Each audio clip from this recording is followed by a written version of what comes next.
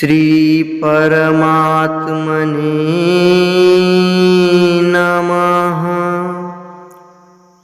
हरये नमः। श्री गुरुचरणकमलेभ्यो नमः। श्रीमद्भगवद्गीता अथ चतुर्थोऽध्यायः। श्लोक 6।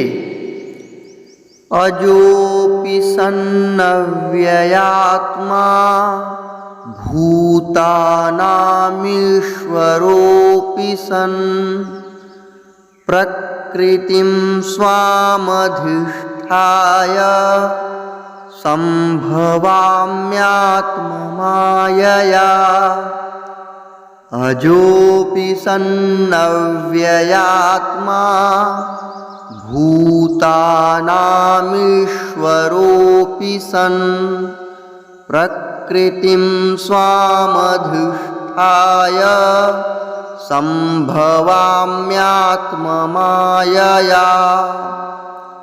अर्थ: